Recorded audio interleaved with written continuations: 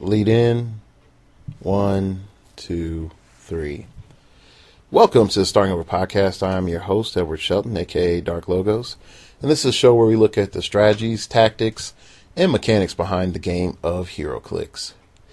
It is a really weird winter. It's warm, then it gets cold, then it gets warm. I saw people in Target in shorts, and I can't fathom that. And I am cold averse. I don't like cold. And I'm up here in a jacket, and I see people with sweats on like it's, just a nice little fall day. And so that's a little strange. Anyway, hope your Christmas was awesome and that you got the heroclix that you so desired. I am shifting through some of the things I have and just playing with them. And I know I really was, harping on like, yo, go play test, go do this, that, and the other. And I just hadn't had time. So I've just been play testing stuff for the Tulsa tournament. The Tulsa Rock tournament. So if you're heading out to that, PM me, let me know. I'll be there. Hopefully my work does, live up to what they told me and gives me that day off. And I actually can figure out how to get a ride down there. Well, let me rephrase that. I have transportation. I just need to figure out if I can get another vehicle to go down to Tulsa. I could drive my vehicle. It's just the question of, will I make it there and back? I don't know how it would do on road trips quite yet. But anyway, sort of moving on to the main purpose of the show is talk about heroclix. I decided to end this year based on a conversation literally I just finished up with a listener, and that question is, dealing with the meta, how do we adjust? And more so, back in the day, you were able to determine what was good because you had enough time in between sets, and so people could say, oh, this is good, that's bad, this is mediocre, and you could go from there. And now with sets coming out like this, every 5 minutes, it seems like, we have several problems. There is the obvious good, the subtle good, the secret ninja meta, and what sucks, what we think is good but actually sucks, and everything in between. And so today's topic is, how do you deal with the flood, keeping your head above water? And I know it's a meta onto the meta question, in the sense of you're looking at the meta, but then you have to look, aside of that, and then play against that. And then once you see what plays against the common meta, then you have to move to the side again to take a full look of what is actually the bigger picture of what's going on. And I think that's pretty much WizKid's major problem right now, is they are looking at the meta, deciding what they want to do and where they want to take it, and then and they're moving like a half step over, and then saying, okay, these are some good counters, sprinkle those in, and then keep walking forward. They haven't taken those 3 steps, and they've taken a step and a half. And I think it's fair. It's not necessarily derogatory, but it's a fair assessment. So how do we keep our head above water in this crazy meta that we live in? And I would say the first thing that we have to do is look at the sets and see what is blatantly obvious.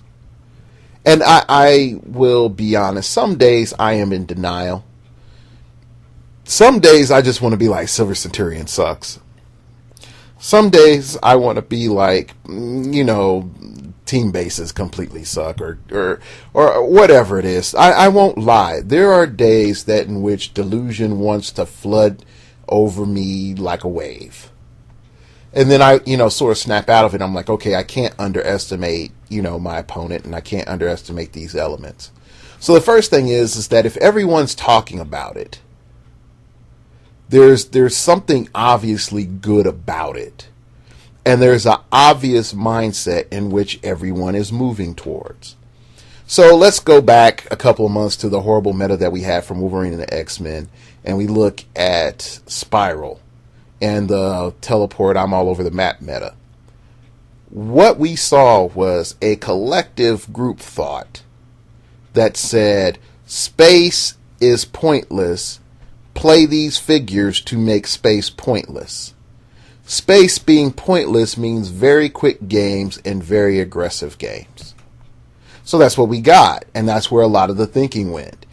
And because of that, we completely overlooked hundreds of other things that were going on. Okay, now that those things got nerfed to all get out, we're sort of stuck like, what do I have to do? I don't know how to get to the Celestial City from here because I've been on this crooked road for the last 5 years. And I mean, that's really what it feels like. If I could say in heroclix time delusion perception that I've had, I felt that I've been playing in a crappy meta for 5 years. And then someone came by me named Pilgrim and said, hey, homie, if you want to get to the Celestial City, you got to follow me. And we'll get on that straight road and we'll be heading to the right direction. And that's really how things are. So going back, we can say, all right, what's obvious? What's good? What's blatantly broken? Hey, not M10 Iron Man, Silver Centurion being able to manipulate his damage until they get the errata done. Yay, that's obviously broken. Okay, so there are some elements here that we can say is our first starting point, and I do emphasize starting point because people would say like Nightcrawler teams back in the day. Nightcrawler is awesome. Then what's the counter to Nightcrawler? Bullseye. Okay, so now we're looking at our counter meta. Okay, so what beats Bullseye and Nightcrawler? Oh, okay, I don't know. I'm focused on Bullseye. Why make my brain hurt? I hate Nightcrawler. Or it's like, I love Nightcrawler and I hate Bullseye. It turns into an episode of Twilight where you're either Team Edward or Team Jacob or Jimmy, whatever the other dude's name is. I just know Edward because he has the same name as I do. Okay, and I don't know Twilight. All I know it was... anyway, I'm going to leave my Twilight comments out of this for today because the show isn't about me and my views on teeny culture. So, as time progresses, we're looking at that next step, and is that counter meta. And that counter meta is really, I hate to say, going back to the Twilight comparison of you picking your team. Am I Team Jacob? Am I Team Edward? Okay. And let's say Team Edward is the main meta and Team Jacob is the counter meta. So you're running around in your werewolf form. And again, if I got the name wrong, people, don't hate on me. I really don't follow them. I'm just trying to remember some Burger King commercials that I listened to years ago. Okay. So if you're Team Jacob or whatever, you're like, I'm going to bite the fire out this werewolf dude. I mean, out this vampire guy, and then I'm going to take the chick, which is the prize support, for myself because that's what I would do. Okay, so you would think like, all right, well, maybe I need to have like half werewolf, half dog powers and use them this way and go in this other way. So, maybe I need to get the vampire dude during the day when he's all sparkling glittery. You can see him from the sun. You would start thinking about ideas of killing the main office, but then not only just that, you start rounding up your suspects and saying, okay, well, it's obvious that this completely counters that, this completely counters that, and this completely hoses this other thing.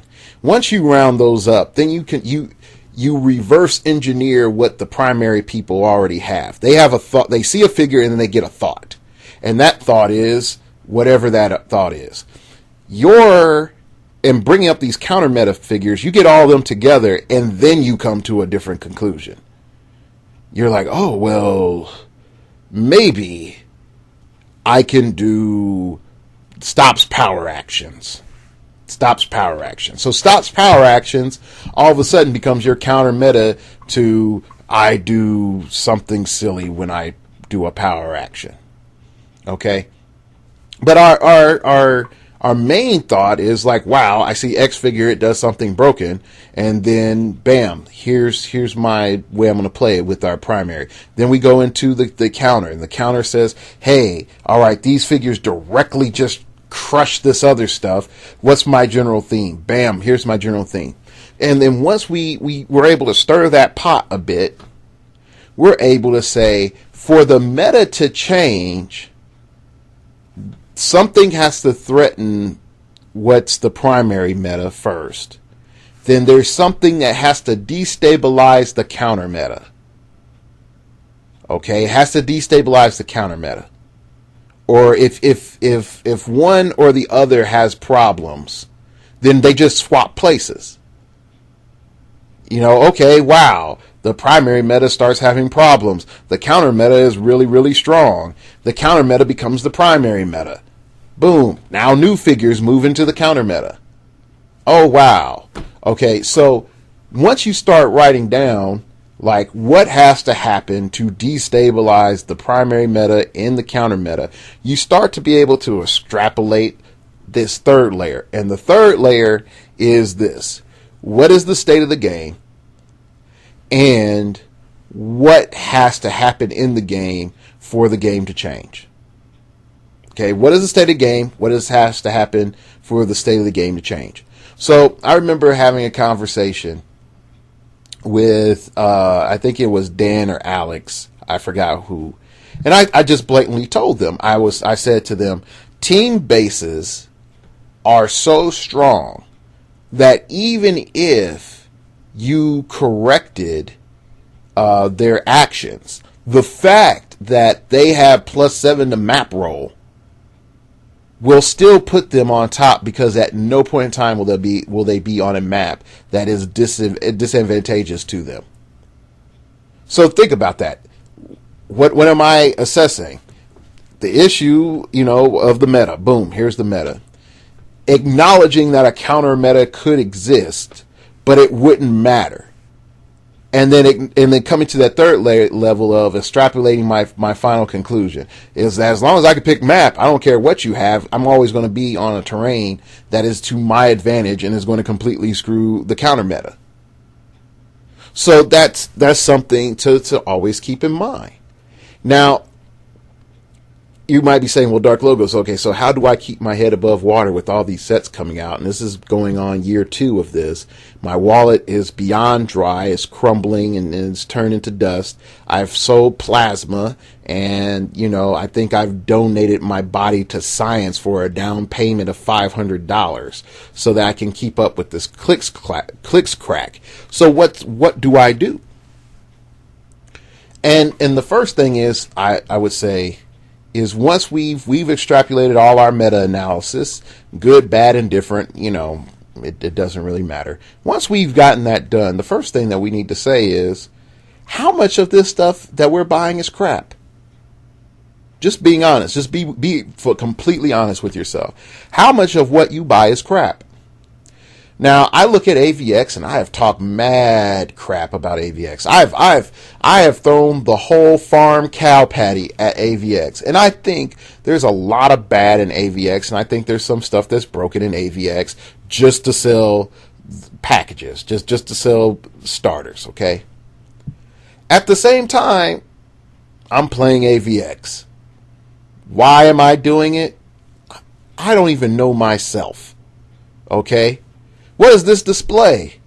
Dark Logos at certain points in times has poor willpower. Now, when is the last time that I have actually bought a booster to play heroclix? And that was for the Wolverine and the X-Men initial midnight launch sealed. And I hesitantly bought that. And that is the last time I bought a booster. Okay? Now, if we look before that, when's the last time I bought a booster for Fear itself? And then if I look before Fear itself, I think I bought 2 boosters of Teen Titans, and then I got everything in singles off of eBay. And set before that was all, well, no, 2 boosters in eBay. So what am I buying? I'm supporting my venue for that one event that I really need to get that sealed piece. And then I'm done. And I go on buy singles from eBay or from the store. So then I can say, all right, these are the figures that I want. And if I need additional figures, I will buy them as needed so that they're not just sitting there for the one day of, oh, I hope I have potential to play this Omicron X. Oh, I'm just waiting for the day that I can play Calendar Man. I'm waiting for the day when Superboy will come out and just liquidate everyone, or when Fairchild will lift up a heavy rock and just smash them. You know, I'm not sitting there wishing that WizKids would make my figures playable. If WizKids makes my figures playable in 2 to 3 years, guess what? The price and the value of that figure would drop significantly because the figure is now in golden age. Okay, so what has happened? I, waiting for the hope beyond hopes that WizKids would make my figures better or make stuff that complements my figures, have hyper invested into buying a figure that just doesn't benefit me. And you might say, well, Dark Logos, I spent $5 on that figure. Well, in 3 years, if that figure is worth $2, you have really overpaid. When did you need that figure? 3 years later. Oh, wow. So when we start looking at we have to start factoring in space and time, people. And I think that's the one thing that the game sort of tries to keep us ignoring, is that space and time exist, and eventually we can just get things later. We don't have to have them now. And that's hard because our culture really treats us like we're idiots, and like we are all like we all need Ritalin, like we're all ADD addicts. Oh my gosh, I didn't hear information about the game for 3 days. It must be dead. No, just nothing to talk about. I need to get that game now. No, you just need to calm down and wait. And that's really what we need to do. Is just first thing is just wait. The next thing is start. If you don't follow the tournaments, the big tournaments, do so. And that's really for your betterment. And here's why. You can listen to this show, and I will give you rundown of certain tournaments. Heck, you can listen to The Quarry, and I will give you a rundown of certain tournaments. But that doesn't take away from you doing your own digging. And you doing your own lab work, you can sort of say, oh, wow, I really like that this element is going on, and this shows me this, this, and this. Okay, what sort of pieces play along to what I think would be good? Oh, these pieces, bloop, bloop, bloop, bloop, bloop. Okay, I brought those up, and now I'm going, I don't like that one, I don't like that one, but I do like this one, so I'm going to go and buy that one. You might not ever hear me talk about that third piece, but you're winning tournaments because of it. So you have to think about that. So the next thing that I would also say for us when we're buying, and WizKids tries to do its best to get us to like buy, like that. But really make it so that if you're budget, and you budget for not just whatever your initial cost is, but you say, my budget for this set is blah for X period of time. And I would give yourself 4 months. And here's why 4 months. In 4 months' time, you're bound to have had at least one other set come out and another set after that about to come out. So the value of whatever you're buying or would be buying now would have dropped dramatically. Just look at the chases, people. Like, just look at the chases. They drop like a rock. Like, go and try to buy what is it? Hulk Mariner, and you can get him for sub 20 if you're lucky. When he came out, you couldn't get him for below 40. Okay, is he about to retire this year? Well, yeah, but I mean next year. Sorry, next year. But he's still a good piece. Now, sort of, let's take it a step further. You look at something that you want in this set. Let's say it's Iron Pharaoh. Are you going to play Iron Pharaoh anytime soon? No. Is the only purpose that you have that you're going to buy Iron Pharaoh is so that you can lord it over your friends? If yes, and then if that's what really moves you as a person, and I hate to say, well, I'll say it as a value statement, that's really sad. But if that's what it motivates you as a person, then budget in Shiny Chase. I'm willing to pay $35 day one. And then you go on from there. And once you budget, saying for this set, I am going to spend X. If your budget is $100, I would not gamble that on a case or a brick, no matter what deal that they're giving you. That is dumb. I hate to say it that like that, because sealed product is a dumb investment. You go buy your CUR and cherry pick your super rares and cherry pick your chase and be done. If your budget's $150, you can sort of try to risk it on a case if you can get it in a case. That means that you have a chance to buy maybe one chase and then hopefully trade for everything else you need. If your budget is $200, you're better off just flat out buying a complete set. And it'll save you so much trouble, because you can go on eBay and buy a complete set for around $200.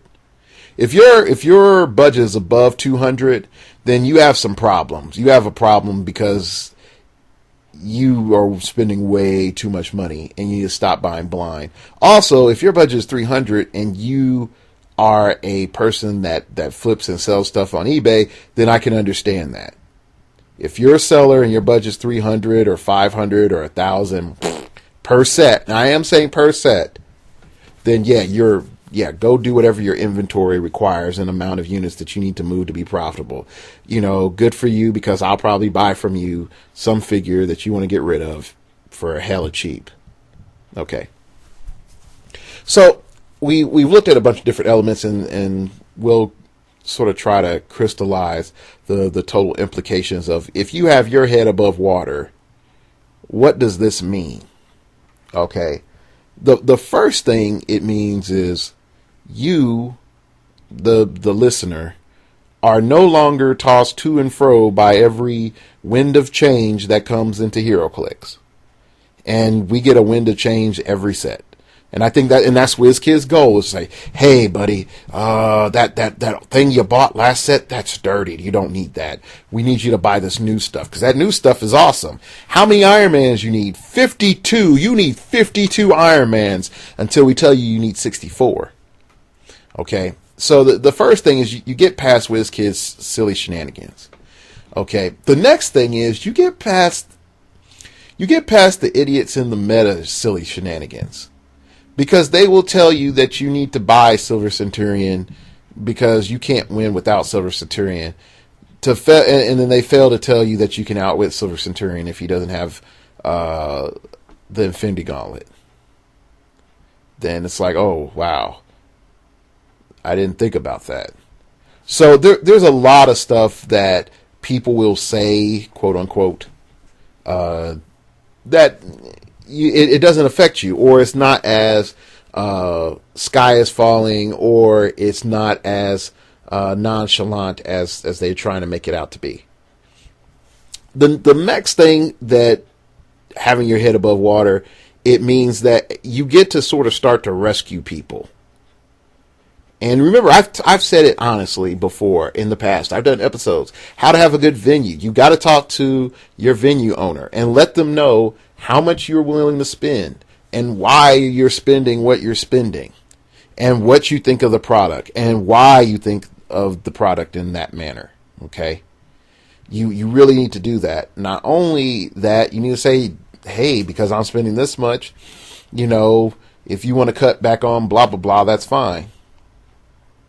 and then it lets them adapt to what's going on. Okay, so overall, when you're able to start, pulling the owner up, you pull your buddies up and tell them not to blow their money on boosters all the dang time, and you start talking to the owner and tell them if you buy, if they buy signals and they give you a good deal on CUR, and I'll say this: if you're buying for a venue, if they offer you a CUR for $60, that's a good deal. Take that. And I know that's more expensive than, your $40 to $50 CURs, but it's mainly for the fact of, okay, you play there, and then B is that you don't have to pay for shipping and handling, you automatically have those figures in your hand right now.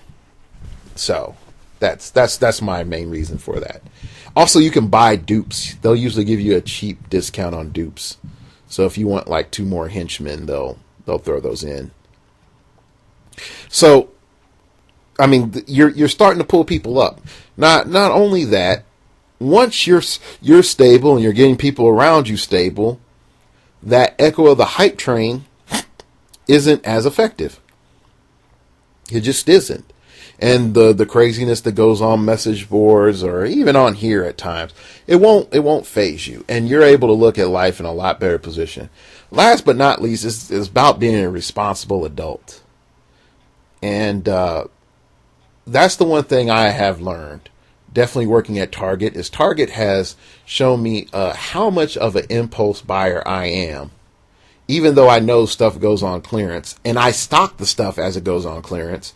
And things that I've bought have gone on clearance, and all I've really had to do was just keep waiting, and then hide it, and then buy it when I when I want it. But once I realized that I was spending too much money at Target in a week, and that Target got way more of my check than they should have, then I started to make some changes. And I started being aware of how irresponsible I was becoming, because there were things in front of me every day that I wanted to buy, and I wanted to buy and wanted to buy.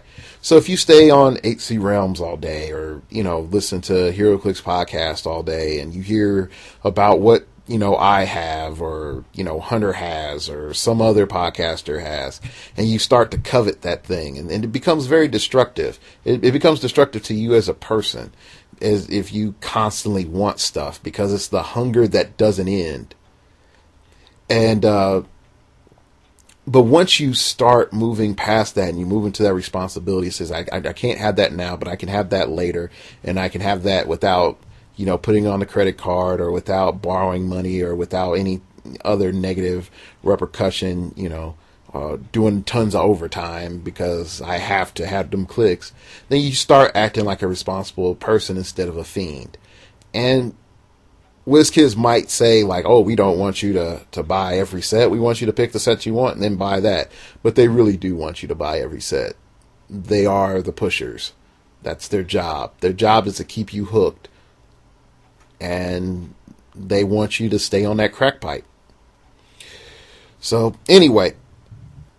But that's mainly it. If you're able to be a responsible person, then a lot of other things in life unlock for you, and you're able to give a lot of guidance to various other folks along the way. So, anyway, all right, that's today's episode. I know it's a lot shorter than normal episodes, just mainly because we're going into the new year, and I'm trying to get some things taken care of. I hope y'all had a Merry Christmas. Tell me what you got for Christmas. Also, let me know what you want to see next year in 2013. I mean, not 2013. Wow, that's bad. Call me Marty McFly. I'm going into the past. Tell me what you want to see in 2014, and what does that mean for you, and what you want to really experience clicks wise. So, all right, that's it. You can hit me up on Twitter at StartOverPod. It came from outer space, brought me some video games for my PS3, and was mad because there wasn't multiplayer. You can check out my random musings, and I do mean random, time and space and place, because who knows when I get on there. Also, you'll find out when new shows are available. Also, you can email me at startingoverpodcast@gmail.com. That's startingoverpodcast@gmail.com. Send me your emails. I know there's some people that had some tournaments that they were taking place in and sent me some feedback, so let me know about that. If you're going to a rock tournament, let me know. And definitely if you're going to Tulsa, let me know. And I'll try to do my best to sort of, take time out to talk to you. Time allowing. Hopefully I'm winning. Not going to lie, I really want to come in and win that tournament just for bragging rights and some other things. And last but not least, you can check out the blog, startingoverpodcast.blogspot.com, in which there's random blog posts all over the place. And if you ever want to donate to the show, the link to the donate button is on the blog page. And any proceeds that you donate to me goes toward making the show better. Better equipment, better computer, better mic, and prizes to give away.